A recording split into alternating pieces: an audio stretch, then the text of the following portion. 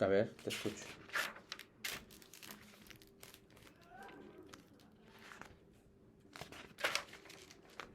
Tu palabra más fútil.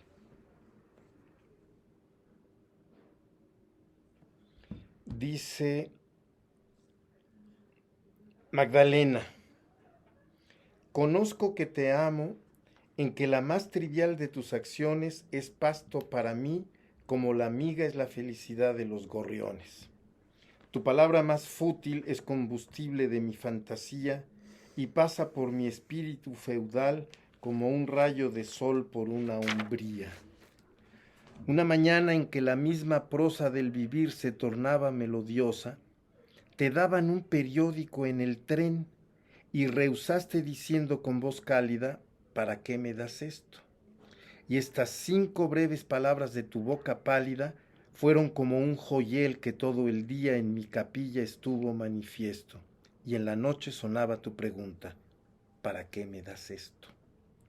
Y la tarde fugaz que en el teatro repasaban tus dedos, Magdalena, la dorada melena de un chiquillo, y el prócer ademán con que diste limosna a aquel anciano, y tus dientes que van en sonrisa ondulante, cual resúmenes del sol, encandilando la insegura pupila de los viejos y los párvulos, tus dientes en que están la travesura y el relámpago de un pueril espejo, que aprisiona del sol una saeta y clava el rayo férvido en los ojos del infante embobado que en su cuna vegeta. También yo, Magdalena, me deslumbro en tu sonrisa férvida, y mis horas van a tu saga hambrientas y canoras, como va tras el ama por la holgura de un patio regional, el cortesano séquito de palomas que codicia la gota de azul y el rubio grano. Los críticos apuntan que la mujer homenajeada en este poema es Margarita Quijano, la mujer con nombre de flor. Uh-huh.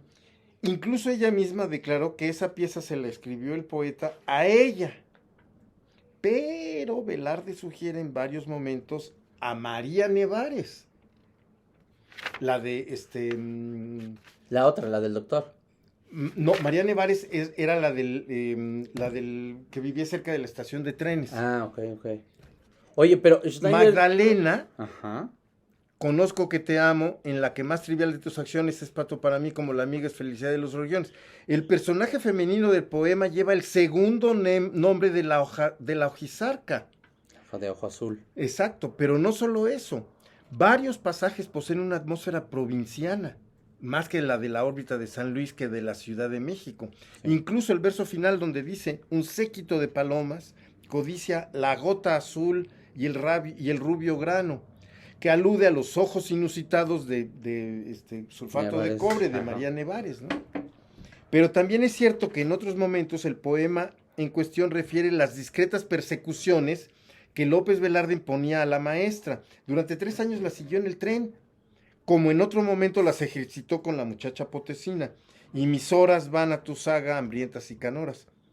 Además de aludir a un cotidiano viaje en tren que los dos realizaban de la colonia Roma, en la calle de Avenida Jalisco y Álvaro Obregón, exacto, al centro de la ciudad donde trabajaban, como en este y en otros casos, dice Lumbreras, soy partidario de que el poeta practicaba, esto es divino, la bigamia poética. No, hoy la mixtura, la cita. Era un lígamo poético. Es decir, el trance de convocar 2 presencias femeninas relacionadas con su vida en un mismo texto literario. Sí. El agua azul y los granos rubios son una alusión a los ojos arcos del sulfato de cobre. Exacto.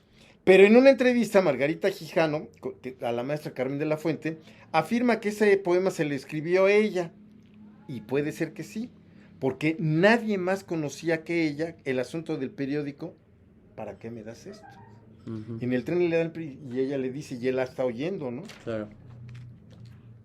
Oye, también Schneider dice que era muy buen disfrazador de nombres. Que hay una Eloísa que la vuelve Elisa, ¿no? La amiguita esta chiquita. Entonces, que la Magdalena, de alguna manera, dice el nombre de nombre de Flor, y le está cambiando 2 o 3. Entonces, tú le dices bigamia poética. Yo diría, mixtura, crisol poético, pero está bonito lo que...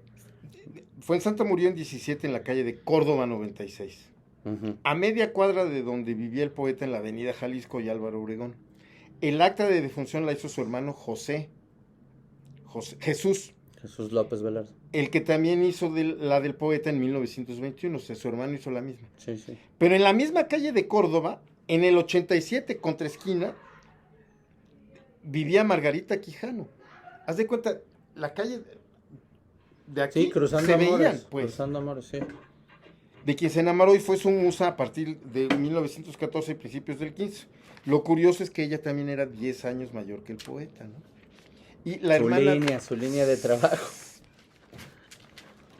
Te interrumpí. No. Sí.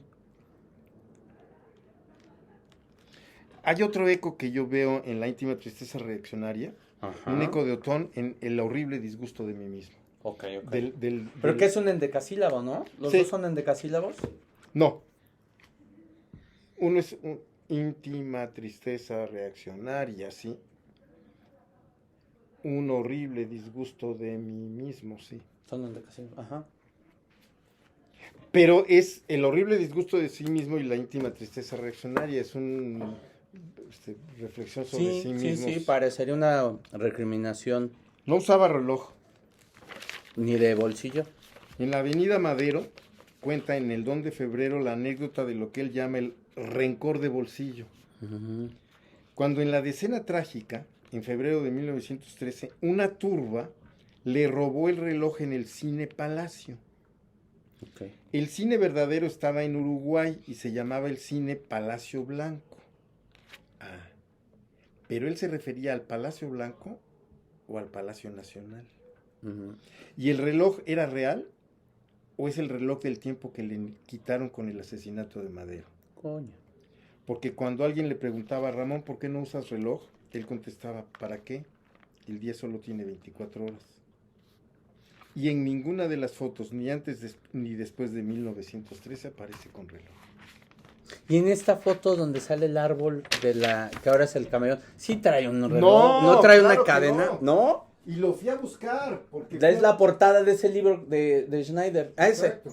Esta foto que vas a sacar del libro de Fernando. De Fernando Fernández. Sí. ¿No trae? No trae reloj, pero fui a buscar el árbol. El árbol y ya lo habrán removido, ¿no? Es que esta foto... ¿Es negativa? Está al revés, o sea... Es negativa. Exactamente, porque el sentido contrario de este edificio es del otro lado. Haz de cuenta, este edificio está yendo hacia Insurgentes y no hacia Cuauhtémoc. Y aquí en teoría debería estar la casa del poeta. Sí.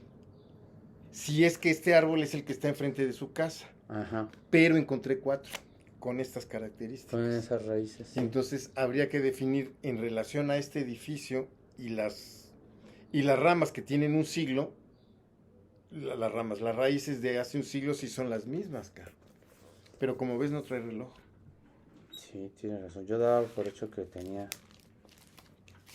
¿Y por qué la habrán invertido? ¿Para la copia? O bueno, es que sí... Es que pasa lo mismo que con la foto de Villa. ¿Llorando? Es que ya me acordaba de esta.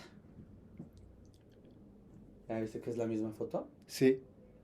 Entonces la hicieron una vez. ¿Es del Casasola esta? Las fotos de Casasola eran en vidrio. Ajá. Y según como las pusieran, salían de un lado o otro. Ese es el asunto por el cual el Villa que está en... La estatua de Villa que está en el Parque de los Venados. Ajá. El general Villa, Villa decía que había pasado más tiempo a caballo que a pie. ¿Y que usaba más la izquierda o qué?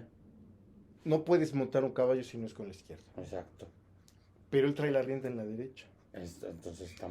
Es que la foto de la que tomó Ponzanelli para hacer es una que está... Y hay las dos fotos, la de Villa con la rienda en la derecha y con la rienda en la izquierda. No, ya es con la izquierda. Y es con la izquierda porque si no, no puedes usar la pistola, claro, ni el fuete, ni saludar, ni entonces... Y si te subes por el lado derecho, te tira el caballo. Esta foto está en vidrio y al publicarla la publicaron al revés. Claro. Oye, no sé dónde quedó. Pero qué raro que hayan cambiado la...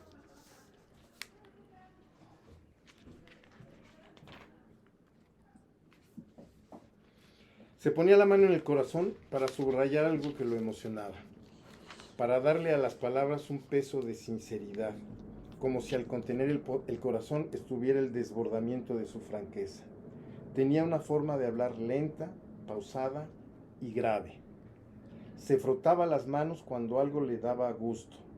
Luego sonreía abierta y francamente y soltaba su exclamación favorita. Y entonces hablaba. Yo sé que estas son notas que a nadie le importan. No, no, a un no. actor sí. Claro. Porque el que no, lo y un director. Claro. Y tú que lo diriges. Tú dirigiste justamente a porque este fantasma que está merodeando en el estudio de los Casasola, ¿no? Porque ya se fue, ya se está... Él muere a la medianoche, ¿no? Muere en la madrugada. A la misma hora en que nace. No. Sí. Con su madre ahí le bebió las lágrimas. La madre se puso a llorar, entonces se bebió las lágrimas de la madre.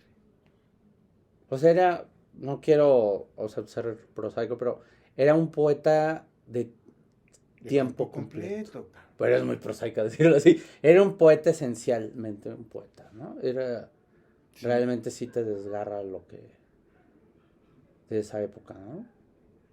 ¿Habrá más de estos? O sea, porque en la reconstrucción se habla mucho de Baudelaire como una imagen que él quería dejar y las cartas. Lo que yo no sé si lo leyó en francés o lo leyó en español. Pues es que si sabía latín, ya del latín no es tan lejos. Él quería ir a Europa, por eso empezó a tomar clases de baile. A ver, quería ir a Europa, por eso aprendió a bailar. Él decía que no podías ir a París sin saber bailar. Sin bailar un buen foxtrot. Sí. Entonces empezó a tomar clases de baile. Iba a escribir teatro. Estaba en eso cuando muere. Sí. Escribe 2 cuentos. Ok. Fernández dice 3, pero yo no conozco más que 2. Yo no sé tú si has leído los 3 cuentos. No, yo conozco 2 nada más.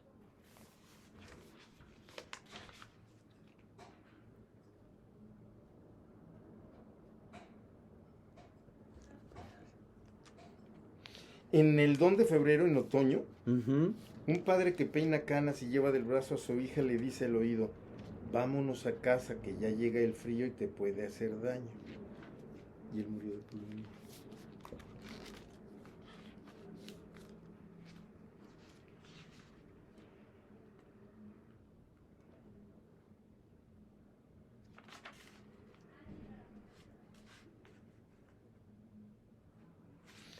Hay un poema dedicado a Alfonso Camín, pariente de Héctor Aguilar Camín, que era un asturiano chaparrito, mitómano, egocéntrico, que usaba una larga capa española, de estas capas clásicas, pero él era chaparrito, ¿no? Que lo hacían ver como un murciélago. Entonces él dice que inquisidor estrafalario con aire de murciélago y canario. Qué chingón, por lo chaparrito. Por lo chaparrito y por las alas, ¿no? Y entonces cuando muere, y siempre lo estaba increpando Aguilar Camín a Velarde, y no le caía mal, pero cuando muere, van a bajar, y entonces él pone la capa encima del féretro, para que todo el mundo se acordara de que le escribió la capa de diabólicos, ¿cómo se dice? Diabólicos...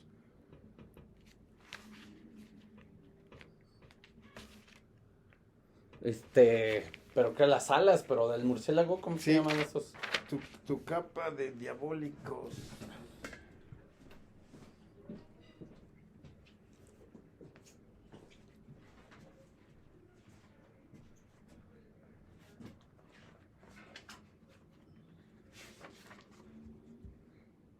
Porque debe ser otra metáfora. Tu capa de diabólicos vaivenes. Brota del piso en conjuro doble de Venecias y de Jerusalénes. Inquisidor estrafalario con un aire de murciélago y canario. Y entonces él le escribe el poema y el otro le pone la capa, y cuando van a bajar el féretro se acercan todos y una mano jala la capa. ¿Y quién? Pues el inquisidor estrafalario, pues no se iba a ir la capa. El chiste era que se cubriera durante que lo vieran todos, pero ya... Pero no la iba a regalar. No la iba a regalar, es una capa española, ¿no? ¡Qué malo! Y el mismísimo... ¡Qué rácano! El Camín se refiere al poeta como risueño y con levita, que cree en Jesucristo y sueña con Afrodita. Ah, está bien. Oye, ¿y qué piensas de esta frase de Octavio Paz, de nuestro gran poeta, Ramón López Velarde, nuestro gran poeta menor?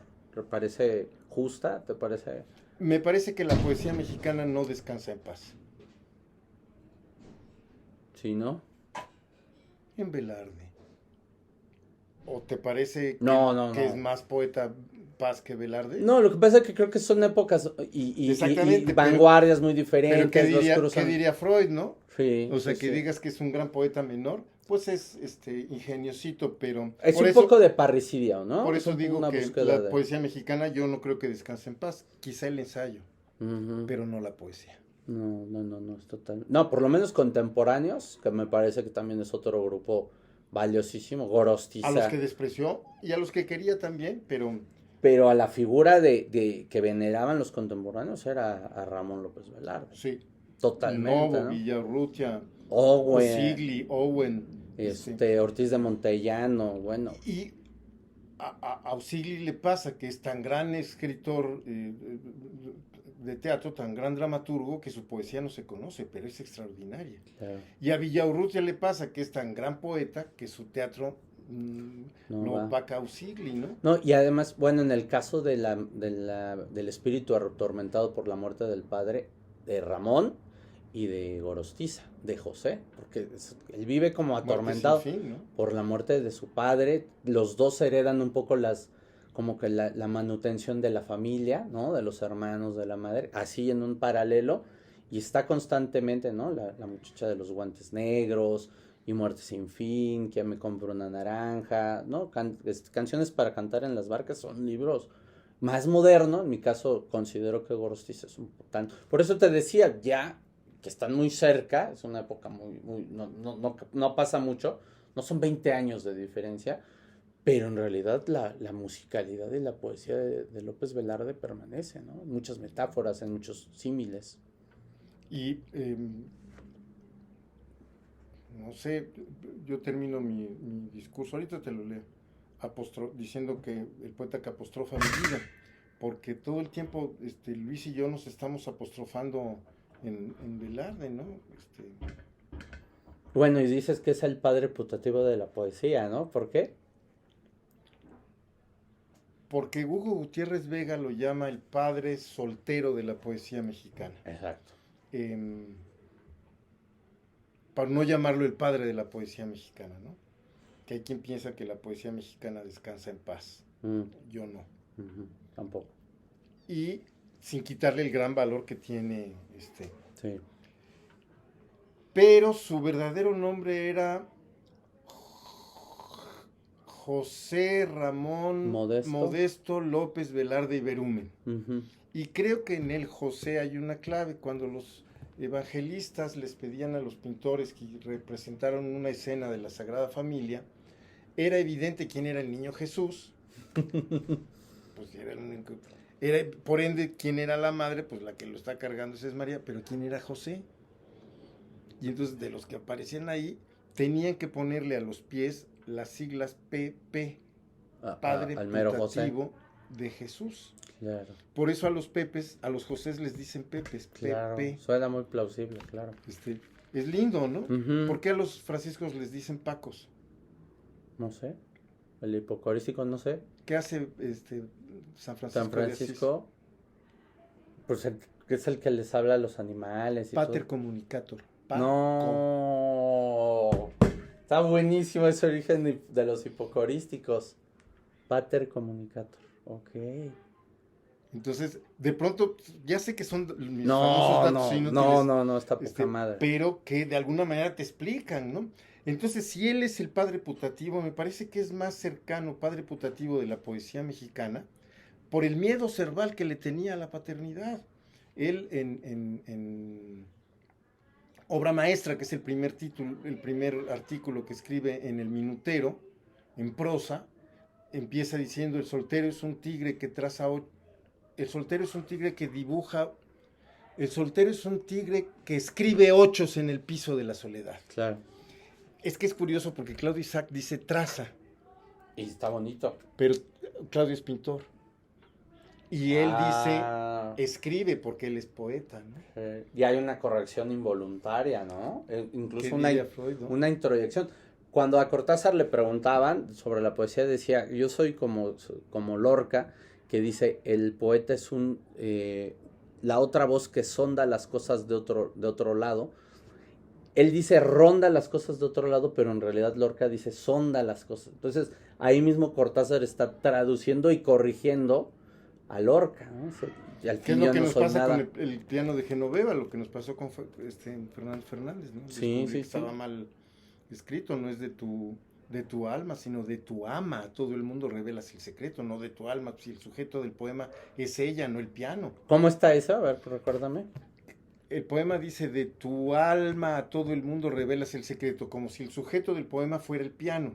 El sujeto es ella, es Genoveva. Ujú. Y el piano es el que revela el secreto de ella a través de su música. Y entonces, de tu ama a todo el mundo revelas el secreto. ¡Ah! Pero escribieron durante todo Sin entenderlo. un siglo esa mala, porque alguien le corrigió al poeta. Sí, como que tu alma, como que No. tu ama, no, y ya le cambió, Le cambió, y un entonces, corrector con iniciativa. con iniciativa privada. Sí. Y de tu ama, ahí está haciendo la prosopopeya, está Claro. animando al piano, le está dando vida, animación, y es bellísimo. Y es bellísimo. Tu ama y eso revelas el secreto. fue un descubrimiento que hicimos Fernando Fernández y yo, donde yo decía que inquietud no es descubrimiento. Yo tenía la inquietud, pero el que tenía las fuentes, porque la historia la escriben quienes la pueden escribir, no los vencedores.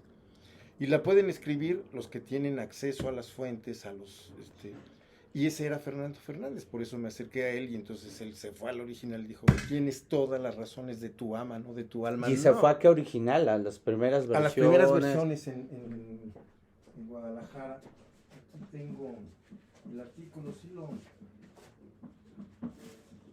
¿sí lo leíste, el artículo que escribió Fernando Fernández? Sí. Pero justo a lo que voy es que me digas tú ahí esa puntualidad, porque justamente para que quede aquí en el récord de los silencios.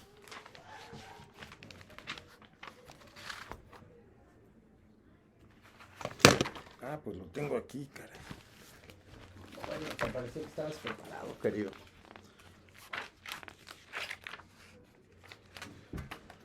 Dice, ¿quién entró?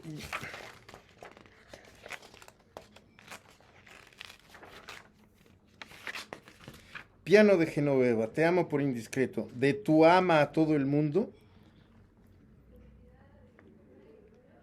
De tu ama a todo el mundo revelas el secreto. Cuentas uno por uno todos sus desengaños. Este es el original. Claro. Esa es la que yo tengo. El problema advertido por Beristán está en la tercera estrofa del Piano de Genoveva. No es extraño y Pero este es de Fernando. Sí, este es lo que hizo Fernando como descubrimiento, ¿no? Uh-huh. Y bueno, pues después del tercer libro que escribe sobre Velarde, este descubrimiento se gana el premio López Velarde. Sí, súper merecido. La búsqueda no equivale al hallazgo, ni la inquietud al descubrimiento. ¿De quién es esta frase? ¿La repites? La búsqueda no equivale al hallazgo, ni la inquietud al descubrimiento.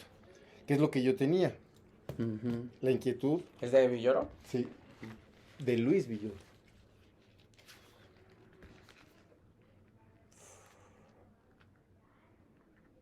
Oye, y Kafka y López Velarde como los solterones de la... También es el poeta abogado, ¿no? O sea, es el poeta Sí. abogado, hay el poeta médico como Elías Nandino, hay el poeta ingeniero como Said, hay El poeta funcionario como Torres Bodet Torres Bodet y Muerte sin fin. y José Gorostiza. Y Gorostiza. Pero justamente él es el poeta abogado, casi diríamos, ¿no? Creo que David Huerta alguna vez así lo llamó. ¿El poeta abogado? Sí, en una conferencia. ¿A López Velarde? Sí, a quien Entonces, también le... nadie lo ha llamado el padre putativo de la poesía, ¿no? No, está genial. Pero es que toda la exégesis que haces, mira, platicando lo del perro de San Roque y toda la analogía que da pie a que de alguna manera también se pueda hacer eso. O sea, te tienes que meter, o más bien salir del mundo secular, el mundo en el que vivimos, y meterte, como dices, si yo fui feligrés, si yo fui acólito, si yo fui seminarista, mi mundo está nutrido de una serie de cosas y de notas a pie de página, casi diríamos teologales, para que de alguna manera, esto es lo que lo permite López Velarde. O sea, no estamos inventando ni estamos sobreinterpretando algo, sino ese es el imaginario con el que vivía el poeta zacatecano, ¿no? Ujú.